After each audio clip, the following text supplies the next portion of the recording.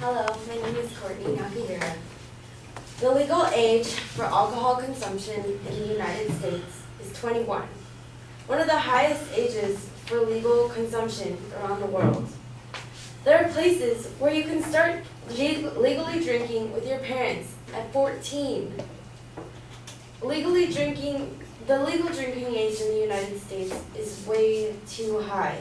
This causes Americans to become irresponsible drinkers. And I believe that because the legal drinking age is so high, most of us aren't even taught how to be responsible drinkers by our parents. I mean, how can our parents teach us the skills of responsible drinking when we aren't even allowed to legally drink until we are either off in college or trying to make our way in a job, trying to be independent? This is why I strongly believe in my main claim that lowering the drinking age in the United States would reduce crime rates. Rape. Even the word makes us kind of uncomfortable. So why is rape one of the top 10 crimes committed in the United States, according to Economist.com? There are about 25% of police recorded offenders per 100,000 people. And that's just police recording. And about half of those cases involve alcohol consumption. How many of us learn to be responsible with alcohol before we're able to party at a university or before we're independent? How many of us learned about how to be responsible legal drinkers before we watched Title IX? I believe that we need more training, and I believe that we need to have a lower drinking age so that we are able to be more responsible and so that we're able to be taught not only in school, in high school, but by our parents as well. I believe that if we lower the drinking age, the 37% of sexual assaults that were committed while under the influence would go down. We would learn about what to do in these situations that deal with alcohol much easier and would hugely reduce criminal offenses dealing with rape and sexual assault. Lowering the drinking age would also reduce abuse. Most of us are taught at a young age to be nice to each other, to not abuse each other. So why is it that 2/3 of victims suffering from violence from a former partner is due to alcohol? I think that it's not because we want to harm someone else. I think that it's because we're irresponsible and we don't realize what we're doing under the influence of alcohol.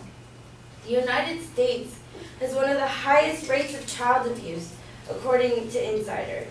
I believe that that rate can go down because a lot of this is due to being intoxicated and not knowing what we're actually doing.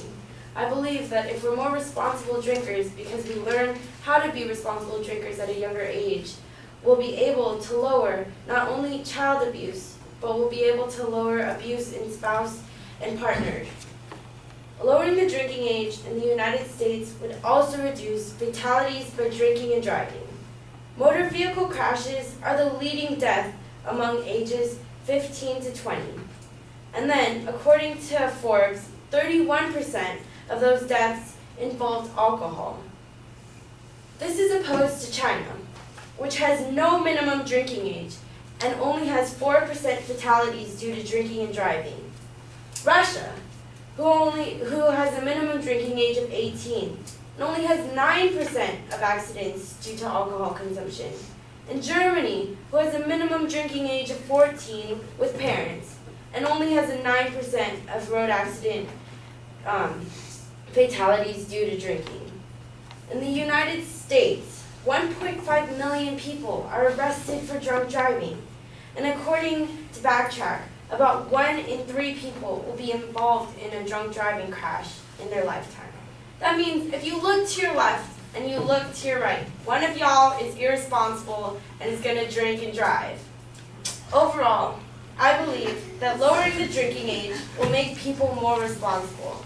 It will allow us to be responsible drinkers. It will give us the opportunity to learn how to be responsible drinkers at a younger age. It will allow us, our parents, who love and care for us, to be able to teach us how to drink. It will allow our parents to actually share a drink with us. It will show our limits at an earlier age, and then we'll have someone to take care of us when we reach our limits. All this will lead to less crimes being committed while people are under the influence, because we will all be more responsible drinkers. There will be less rape, less partner and child abuse, and way less drunk driving. Lowering the drinking age would greatly reduce crime rates.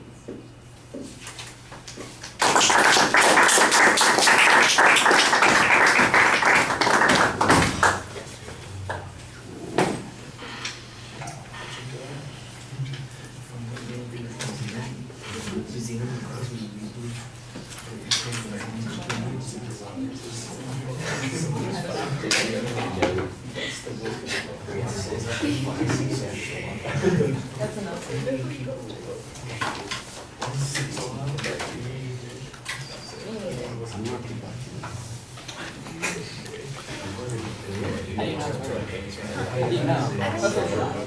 All right, well, the proposition was a little bit confusing at first because it sounded like you were saying that it's going to lower crime rates, and then you said rape, and then I thought, okay, wait, is the proposition that it's going to lower crime rate? That was just awkward when it came up. That it's going to lower crime rates, that would be fine, and then you need a secondary claim, and you don't really have any secondary claims laid out in the preview. Now, in the course of the speech, I can hear that there are distinct areas because I'm listening for this kind of stuff. And so there's a general crime argument. There's an argument about domestic abuse. There's an argument about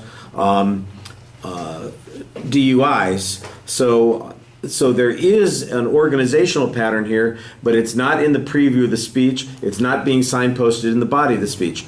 At the end of the speech, you rescue yourself a little bit because you do have a summary that tells us that those were the points in the speech, but it's kind of late in the process. And if you've got listeners who have zoned out or gone off on their own at this point, which people do on a regular basis, that's how their brains operate, you're going to be too late to be able to make an impact. The statistical information that you present about crime and about the under the influence of alcohol, that's probably very valid information. The belief that you have that lowering the drinking age would result in better education that's going to fix that problem is just that. It's a belief. That's the thing that's the place where you need to make an inference. It's not an inference to say that alcohol is involved in all of these particular kinds of crimes and abuse.